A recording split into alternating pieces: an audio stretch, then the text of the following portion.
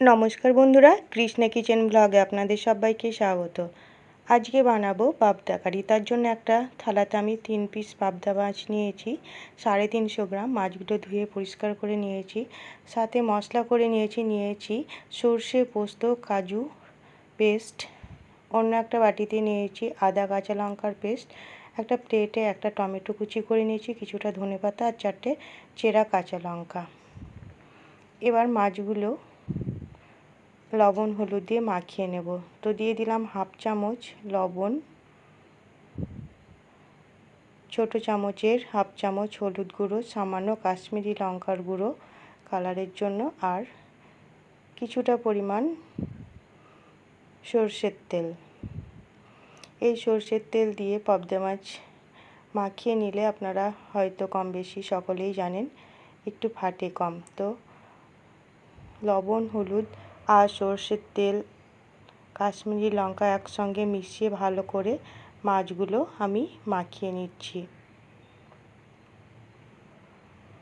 এখানে মাছগুলো খুব সুন্দর করে মাখিয়ে নিলাম। এবার শুরু করছি রান্নাটা। আগে থেকে গ্যাস অন করে আমি কড়াই বসিয়ে রেখেছি। দিয়ে দিলাম পরিমাণ মতো সরষের তেল। তেল ভালো করে নেড়ে দিলাম। মাছগুলো আমি একটা একটা করে খুন্তি দিয়ে তেলে দিয়ে দিচ্ছি।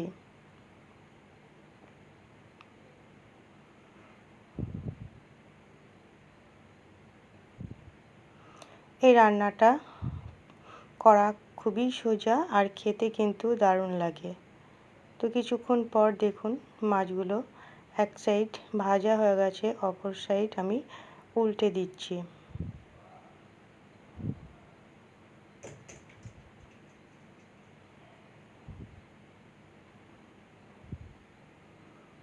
অপর সাইড উল্টে দেওয়ার পর আরও কিছুক্ষণ ভেজে আমি তুলে নিচ্ছি। মাছগুলো খুব সুন্দর ভাজা হয়ে গেছে দুই সাইড।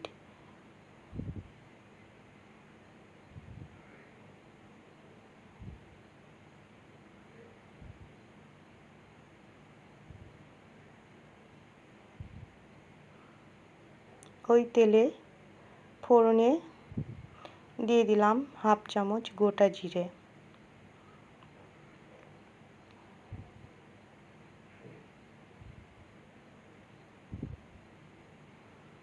দিয়ে দিলাম আদা কাঁচা লঙ্কার পেস্ট। এখানে আমি 5টা কাঁচা লঙ্কা দিয়েছি, আপনারা যে যেমন ঝাল খাবেন সেই মতো লঙ্কা দেবেন। আর পরিমাণ মতো আদা, ওই বাটিতে একটু জল দিয়ে সেটা দিয়ে দিলাম। এবার কাঁচা লঙ্কা আদাটাকে একটু কষিয়ে নেব সামান্য।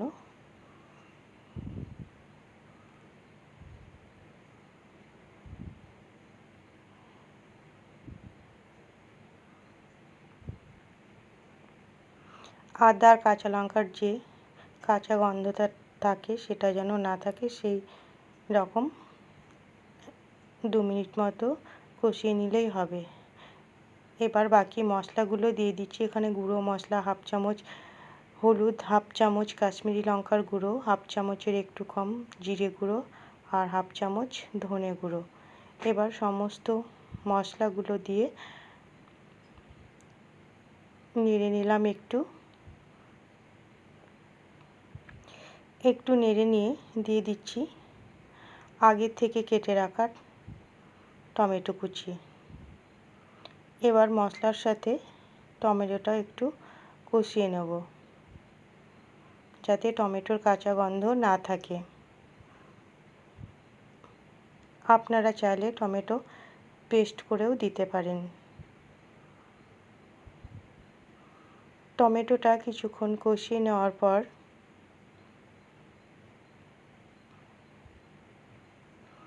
দিয়ে দিচ্ছি সর্ষে, পোস্ত আর কাজু বাদামের পেস্ট। ওই বাটিতে সামান্য জল দিয়ে আমি সেটাও দিয়ে দিলাম।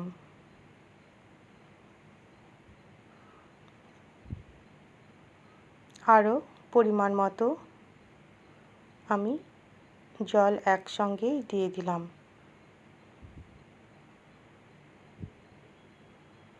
আপনারা যে যেমন ঝোল খাবেন সেই মতো জল দিতে পারেন।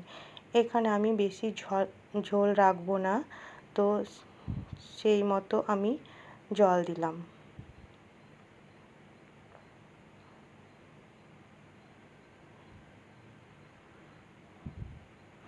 এবার ভালো করে নেড়ে চেড়ে ফুটিয়ে নেব।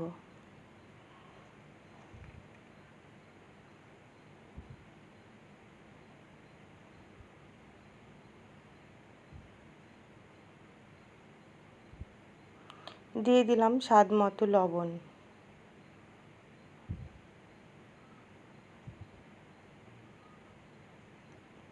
লবণ দিয়ে ভালো করে নেড়ে দিলাম। দেখুন ঝোলটা খুব সুন্দর ফুটে গেছে।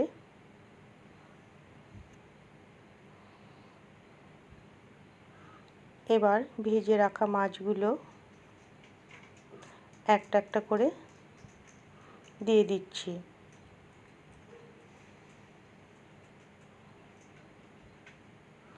মাছগুলো দিয়ে খুন্তি দিয়ে একটু ভালো করে ঝোলে আমি চুবিয়ে দিলাম।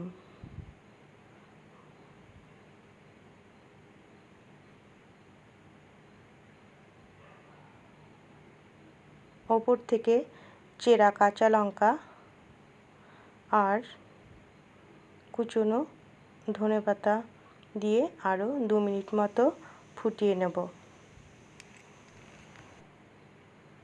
দেখুন 2 মিনিট ফুটিয়ে নেওয়ার পর আমি গ্যাস অফ করে দিয়েছিলাম, তাহলে তৈরি হয়ে গেল পাবদা কারি রেসিপি। আপনারা অবশ্যই এইভাবে বানিয়ে খাবেন, দেখবেন খুবই ভালো লাগবে। রেসিপিটি ভালো লাগলে লাইক শেয়ার কমেন্ট করবেন, আর আমার চ্যানেলে নতুন বন্ধু হয়ে থাকলে সাবস্ক্রাইব করে পাশে থাকবেন। ধন্যবাদ বন্ধু।